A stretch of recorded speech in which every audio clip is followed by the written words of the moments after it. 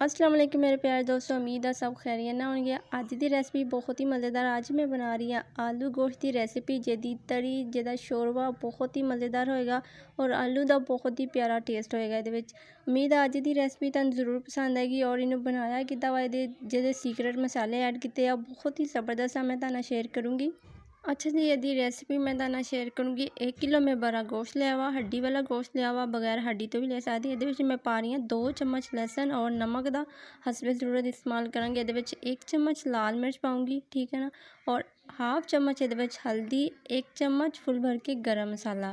एक नए अंदाज से बनाऊँगी आलू गोश्त। और ये मैं पा रही हूँ पपाया पाउडर, यानी कि कच्चे पपीते का पाउडर, ठीक है ना। हाफ चम्मच मैं वो पाउडर पाऊँगी और आधा कप मैं दही का लिया हुआ, ठीक है ना।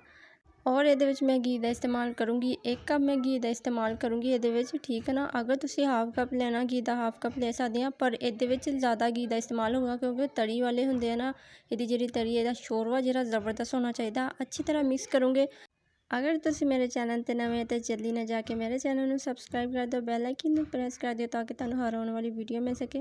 अच्छी तरह मिक्स करूँगे और ये ज़बरदस्त खुशबू आ रही है माशाल्लाह। इनू कवर कर देना वा, ठीक है ना। 15-20 मिनट मैं कवर किया इनू और बहुत ही ज़बरदस्त इसका टेस्ट, ये खुशबू माशाल्लाह बहुत ही ज़बरदस्त आ रही है। हुण इनू पकाने का तरीका मैं तुहानू शेयर करूँगी। बिस्मिल्लाहिर्रहमानिर्रहीम। अच्छा जी, तुसी ये पानी का इस्तेमाल नहीं करना, ठीक है ना। गोश्त मैं रखूँगी पकाने वास्ते बिल्कुल हल्की अग रखनी है क्योंकि ये मैं दही वगैरह ऐड किया वा। ये पानी का इस्तेमाल नहीं करूँगी। गोश्त ने अपना पानी भी छोड़ देना वा और दही भी अपना पानी छोड़ देगा। अग बिल्कुल स्लो रखेंगे, ठीक है ना। अच्छी तरह सेक लगने तो बाद अग स्लो कर देनी है। ये मैं 2 प्याज ले और प्याज में ये मैं मिक्स कर लूँगी अच्छी तरह और कवर कर दूँगी 15 मिनट। अच्छा जी, 15 मिनट मैं कवर किया सी। अग मैं बिल्कुल स्लो रखी हुई है, इन्नी ज़्यादा अग तो नहीं क्योंकि मैं पानी ऐड नहीं किया। अच्छा जी, ये मैं 2 टमाटर पाऊँगी, ठीक है ना। ये मैं पपीते का पाउडर लगाया हुआ गोश्त से। इस मैं ये पानी ऐड नहीं किया क्योंकि हल्की हल्की अग होएगी तो गोश्त अच्छी तरह गल जाएगा। और अग मैं इस तो स्लो रखी है ताकि अच्छी तरह गोश्त गल जाएगा। बगैर पानी तो पका रहे हैं, ज़बरदस्त इसका टेस्ट आएगा। अच्छा जी, अच्छी तरह इसकी बुनाई करनी है। टमाटर वगैरह अच्छी तरह मिक्स हो चुके हैं, बहुत ही अच्छी ये खुशबू माशाल्लाह बहुत ही ज़बरदस्त आ रही है। अच्छा, ये जो आप आलू ऐड करूँगी ओदा जरा टेस्ट किद्दां आना चाहिए वा, ठीक है ना, वो भी मैं तुहानू शेयर करूँगी। 2 आलू ले सी और यदि मैं कटिंग की है। यदि कटिंग मैं बिल्कुल बारीक नहीं की आलू की, ठीक है ना। बड़े बड़े पीस कर लेने आलू के और यदि बुनाई तुसी अच्छी तरह करनी है, ठीक है ना।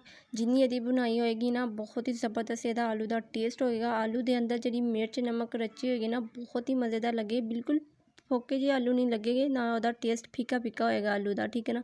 अच्छी तरह बुनाई करने तो बाद ये मैं पानी ऐड करता। पानी मैं अपने टेस्ट के हिसाब ने करूँगी जिन्ना मैं शोरबा बनाना होगा, ठीक है ना, क्योंकि गोश्त भी गल चुका है, सिर्फ आलू गलनगे। और अच्छी तरह इनू रख देना वा ढक के।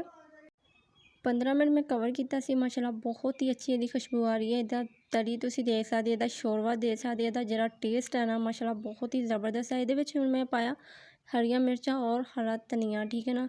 अगर तुसी ये गर्म मसाला पाना वा सुक्का धनिया पाना वा तुसी ऐड कर सकते हैं, पर मैं ये मिक्स कर लिया सी जो आप पहले चीज़ा ऐड की सी। और माशाल्लाह मेरी जी रेसिपी का टेस्ट है ना माशाल्लाह बहुत ही मज़ेदार है और बहुत ही जल्दी बन जाती है बगैर पानी तो। तुसी पका के कभी देखियो बहुत ही अच्छा टेस्ट आता वा और बहुत ही मज़ेदार इहदा जिहड़ा जायका ना ज़बरदस्त हुंदा वा। खाना हमेशा दिल लगा के बनाया करो ताकि इसका टेस्ट जो ना बहुत ही मज़ेदार आए और बहुत ही अच्छा जायका। तुसी हुण आलू देख लो, शोरबा चेक कर लो, इसका जरा टेस्ट होएगा ना बहुत ही मज़ेदार होएगा। उम्मीद अज की रेसिपी तुहानू जरूर पसंद आएगी। मेरे चैनल को सबसक्राइब नहीं किया तो जल्दी ना जाके सबसक्राइब कर दियो, बैल आइकन प्रेस कर दियो ताकि तुहानू हर आने वाली वीडियो मिल सके। ओके, अल्लाह हाफिज़।